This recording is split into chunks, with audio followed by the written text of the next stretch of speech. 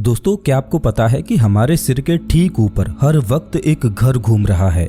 एक ऐसा घर जिसमें लोग रहते हैं, खाते हैं, काम करते हैं। लेकिन हैरानी की बात यह है कि वो न कभी गिरता है, न थकता है और न ही रुकता है। ये कोई कहानी नहीं, कोई सपना नहीं, ये हकीकत है। और उस घर का नाम है इंटरनेशनल स्पेस स्टेशन।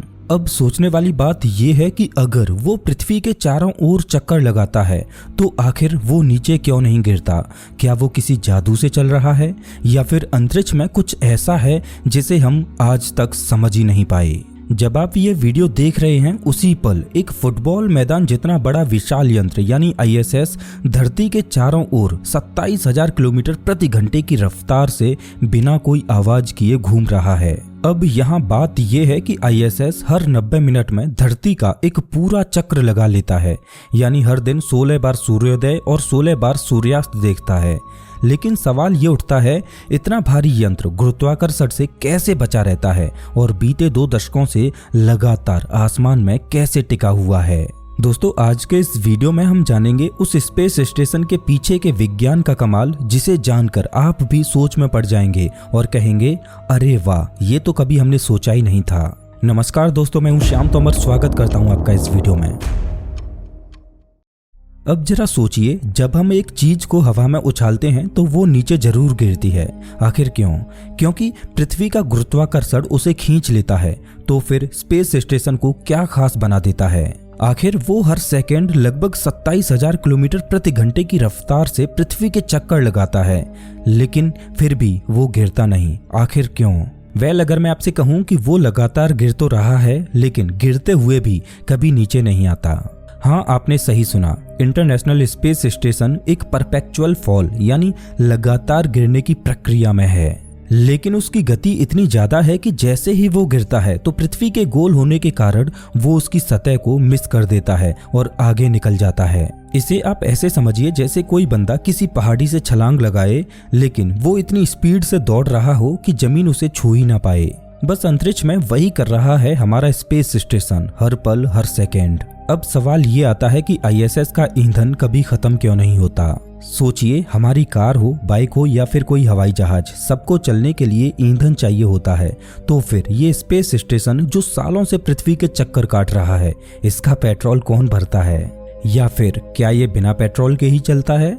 जवाब है हाँ, लेकिन वो कोई चमत्कार नहीं, वो है सोलर एनर्जी।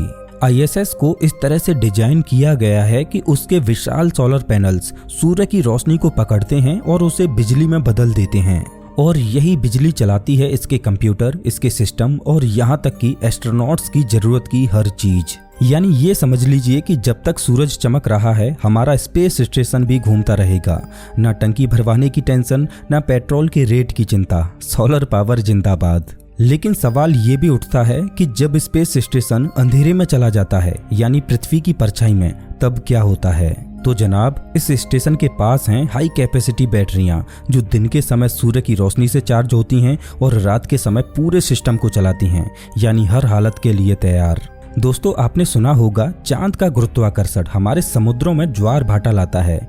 चांद इतना ताकतवर है कि वो हमारे विशाल समुद्रों को खींच सकता है। तो सवाल ये है, अगर चांद समुद्र को खींच सकता है तो फिर ISS को क्यों नहीं? क्या ISS चांद से भी ज्यादा दूर है या फिर उस पर चांद का कोई असर ही नहीं होता? असल में ISS पृथ्वी के बहुत ही पास है, सिर्फ 400 किलोमीटर ऊपर। वहीं चांद पूरे 3,84,000 किलोमीटर दूर है, यानी चांद जितना पृथ्वी से दूर है उससे 1000 गुना ज्यादा पास है ISS। तो जिस तरह पृथ्वी चांद को अपनी ग्रेविटी से टाइडली लॉक कर लेती है, उसी तरह पृथ्वी की ग्रेविटी स्पेस स्टेशन को भी मजबूती से पकड़ कर रखती है। लेकिन ISS की तेज रफ्तार उसे गिरने से बचाए रखती है। यही है उसका ऑर्बिटिंग मैजिक। और चांद, वो खुद पृथ्वी की पकड़ में है। तो ISS पर चांद का खिंचाव होता जरूर है, पर बहुत ही हल्का, क्योंकि पास वाली चीज यानी पृथ्वी ही ज्यादा जोर से खींचती है। आप इसे ऐसे समझिए जैसे 2 लोग आपको एक साथ खींच रहे हैं, लेकिन एक आपके पास खड़ा है और दूसरा दूर। आप किसकी ओर खींचेंगे? बिल्कुल उसी तरफ जो पास है, और वही हो रहा है स्पेस स्टेशन के साथ भी। लेकिन एक और सवाल जो किसी भी साइंस फिक्शन लवर के मन में जरूर आता है, क्या वहां रहने वाले लोग टाइम ट्रेवल करते हैं? सुनने में ये अजीब जरूर लगता है, पर जवाब है हाँ। थोड़ा सा हकीकत, थोड़ा सा साइंस फिक्शनल। दरअसल आइंस्टीन की थ्योरी ऑफ रिलेटिविटी के हिसाब से जब कोई चीज बहुत तेजी से चलती है तो उसके लिए समय थोड़ा धीमा होता जाता है। अब चूंकि ISS लगभग 27,000 किलोमीटर प्रति घंटे की रफ्तार से घूम रहा है तो वहां समय धरती के मुकाबले थोड़ा धीमा चलता है। यानी अगर कोई एस्ट्रोनॉट 1 साल स्पेस स्टेशन में बिताता है तो वो धरती पर रह रहे इंसान से थोड़ा सा कम बूढ़ा होगा। जी हाँ, स्पेस में रहने वाले लोग सच में कुछ माइक्रो सेकेंड्स पीछे रह जाते हैं, यानी वो भविष्य से थोड़े करीब होते हैं। ये टाइम ट्रेवल कोई एवेंजर्स जैसी चीज नहीं है, लेकिन विज्ञान की दुनिया में ये उतना ही रोमांचक है और यही तो है स्पेस स्टेशन की असली जादूगरी। अब तक हमने समझा कि इंटरनेशनल स्पेस स्टेशन गिरता क्यों नहीं, कैसे चलता है और वहाँ टाइम कैसे थोड़ा अलग होता है। लेकिन अब सवाल उठता है, आखिर इंसानों को वहाँ भेजने की जरूरत ही क्या है? इतना खर्चा, इतने रिस्क और हर एक मिशन करोड़ों डॉलर में जाता है, तो आखिर क्यों? क्योंकि दोस्तों हम इंसान हैं और इंसान की सबसे बड़ी ताकत है जिज्ञासा। हमें जानना है कि अंतरिक्ष में क्या है। हमें समझना है कि जब गुरुत्वाकर्षण नहीं होता तो इंसानी शरीर कैसे बदलता है। क्या हमारी हड्डियां कमजोर होती हैं? क्या दिल धीमा धड़कता है? क्या खून ऊपर की तरफ बहने लगता है? ISS एक चलती फिरती लैब है जहां हम इंसान भविष्य की तैयारियां कर रहे हैं, चाहे वो मंगल ग्रह की यात्रा हो या फिर धरती पर नई दवाओं की खोज हो। यहाँ हो रहे एक्सपेरिमेंट से हम सीख रहे हैं कि कैसे हम जीरो ग्रेविटी में जीते हैं और कैसे हम अंतरिक्ष में इंसानियत को जिंदा बनाए रख सकते हैं। और शायद सबसे बड़ी वजह यह है कि जब हम वहाँ से पृथ्वी को देखते हैं तो हमें दिखाई देता है एक नीला नाजुक सा गोला, तो हमें एहसास होता है कि हम सब एक ही घर के मुसाफिर हैं। और अगर हमें सितारों तक पहुँचना है तो ये सफ़र यहीं से शुरू होता है। अब सवाल ये है कि ये लगातार घूमता कैसे रहता है? क्या ये लगातार ईंधन जलाता रहता है? तो जवाब है नहीं। पृथ्वी के ऑर्बिट में एक बार पहुंचने के बाद ISS को इंजन चलाने की जरूरत नहीं होती, क्योंकि वहां हवा नहीं है, यानी कोई रेजिस्टेंस नहीं है जो इसे धीमा कर सके। और यहाँ न्यूटन का पहला नियम काम करता है जो कहता है कि जो वस्तु गति में है वो तब तक गति में रहेगी जब तक कोई बाहरी बल उस पर असर ना डाले। ईंधन तो केवल 2 जगह लगता है, जब ISS को लॉन्च किया गया था तब, और जब थोड़े थोड़े समय पर उसकी ऊंचाई को ठीक करना होता है तब, जिसे रीबूस्ट कहते हैं। और ISS को साल में 2 से 5 बार रीबूस्ट किया जाता है ताकि वो अपने परफेक्ट पाथ पर बना रहे। अब सोचिए, अगर हम ISS को रीबूस्ट ना करें तो क्या होगा? अगर ISS को रीबूस्ट ना करें तो धीरे धीरे रेजिडुअल एटमॉस्फेयर की वजह से ये नीचे आने लगेगा। कुछ सालों में ये धरती के वातावरण में दोबारा प्रवेश करेगा और जलकर खत्म हो जाएगा। बाहर से देखने पर ISS किसी चमकते हुए धातु के कीड़े जैसा लगता है जो धरती को आलिंगन में लिए हुए है, लेकिन जैसे ही आप इसके भीतर कदम रखते हैं तो आप पहुंच जाते हैं एक ऐसी जगह जहां हर सेंटीमीटर पर विज्ञान का विस्फोट हो रहा है। हर दीवार पर इंस्ट्रूमेंट्स, मॉनिटर्स, फ्लोटिंग लैपटॉप्स और वो एक्सपेरिमेंट्स जो आप धरती पर कभी नहीं कर सकते।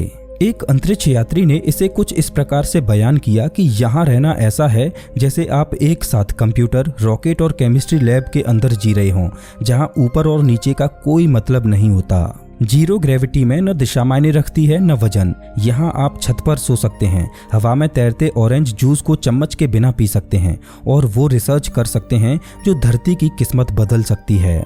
जीरो ग्रेविटी में इंसानी जीवन की सबसे साधारण क्रियाएं भी जटिल हो जाती हैं। चलिए जानते हैं कि एक दिन अंतरिक्ष में कैसा होता है और शायद आपको एहसास हो कि हम धरती पर कितनी चीजों को लाइटली लेते हैं। एस्ट्रोनॉट्स GMT यानी ग्रीनविच मीन टाइम के अनुसार चलते हैं। उनका पूरा दिन मिनटों में बटा होता है, लेकिन वहाँ कोई सूरज नहीं उगता जो शरीर को बताए कि अब उठो। वो आर्टिफिशियल लाइट और अपनी बायोलॉजिकल क्लॉक पर निर्भर करते हैं। ब्रश करते समय टूथपेस्ट खाई जाती है और थूकने की जगह टॉवल से पोंछी जाती है, क्योंकि थूक हवा में तैरने लगता है। कॉफी एक पाउच में आती है और उसे स्ट्रॉ से पिया जाता है, क्योंकि जीरो ग्रेविटी में लिक्विड को होल्ड करने के लिए मग का कोई औचित्य नहीं बनता। चलो अब बात करते हैं उस हिस्से की जो सब जानना तो चाहते हैं पर कोई पूछता नहीं। स्पेस में टॉयलेट जाना एक पूरा मिशन होता है। एस्ट्रोनॉट्स खुद को वैक्यूम टॉयलेट से बांधते हैं। नंबर 2 एक कंटेनर में खींचा जाता है और बाद में री एंट्री के वक्त जला दिया जाता है। नंबर 1 फिल्टर होता है, प्योरीफाई किया जाता है और वापस पीने के पानी में बदल जाता है। हाँ, वो उसे पीते हैं, उसका स्वाद वैसा नहीं होता जैसा आप सोच रहे हैं। आपको बता दूं कि ISS 90% तक पानी रिसाइकल करता है। सांस, पसीना और पेशाब सब वापस इस्तेमाल होता है। कल की कॉफ़ी आज की कॉफ़ी में बदल जाती है। ISS में खाने के पैकेट्स सील्ड होते हैं, उन्हें एक खास डिवाइस से गर्म किया जाता है।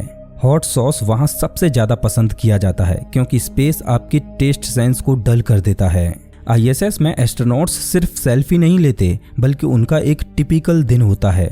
10 घंटे से ज़्यादा scientific experiments, maintenance checks, space walk की तैयारी, धरती से कांस्टेंट कम्युनिकेशन और रोज के 2 घंटे वर्कआउट। सोने के लिए ना बेड ना बेडरूम, बस स्लीपिंग बैग्स दीवारों से बंधे हुए होते हैं। कुछ एस्ट्रोनॉट्स हवा में ही तैरते हुए सोना पसंद करते हैं, जैसे कोई फ्यूचरिस्टिक बटरफ्लाई। सोचिए, आप हर 90 मिनट में धरती का चक्कर काटते हुए सो रहे हैं। ये सिर्फ विज्ञान नहीं है, ये इंसानियत की नई परिभाषा है। दोस्तों, सच्चाई ये है कि ISS हमेशा के लिए नहीं बना है, वो बूढ़ा हो रहा है, उसमें लीक्स हो रहे हैं, सिस्टम को लगातार मरम्मत की जरूरत पड़ती है। नासा और उसके अंतर्राष्ट्रीय साथी साल 2030 तक उसे रिटायर करने की योजना बना रहे हैं। दोस्तों, ऐसा माना जाता है कि ISS तो बस एक पहली सीढ़ी है। साल 2040 तक हम देख सकते हैं चांद पर बने बेस, मंगल पर रहने योग्य हैबिटेट्स, धरती की कक्षा में private space stations, 3D printed space structures और शायद अंतरिक्ष में पैदा हुए बच्चे। ISS सिर्फ कोई एक मशीन नहीं है, बल्कि वो एक निशानी है इंसानों की हिम्मत की, उसकी सोच की और उसके सपनों की। ये उस पल की याद दिलाता है जब हमने पहली बार आसमान की ओर देखा था और पूछा था कि क्या हम कभी वहां तक पहुंच सकते हैं। शायद कल को जब जमीन पर जगह कम होगी या जब हम सितारों के और करीब जाना चाहेंगे तो हमारे बच्चे हमसे पूछेंगे हम अंतरिक्ष में घर कैसे बना पाए, और तब हम कहेंगे हमने शुरुआत की थी उस स्टेशन से जो चुपचाप पृथ्वी के चारों ओर घूमता रहा और जिसने हमें सिखाया कि इंसानों के लिए कुछ भी असंभव नहीं। तो अगली बार जब आप रात के आसमान को देखें और एक चमकती सी रेखा पृथ्वी के ऊपर से गुजरे तो रुकिए, देखिए और याद रखिएगा, वो कोई तारा नहीं, वो हमारा सपना है जो अंतरिक्ष में जिंदा है। तो दोस्तों, इस वीडियो में बस इतना ही। वैसे आप हमारा ये वीडियो कौन से शहर से देख रहे हो मुझे कमेंट करके जरूर बताएं। मिलता हूं मैं आपसे एक नई वीडियो में, तब तक के लिए नमस्कार।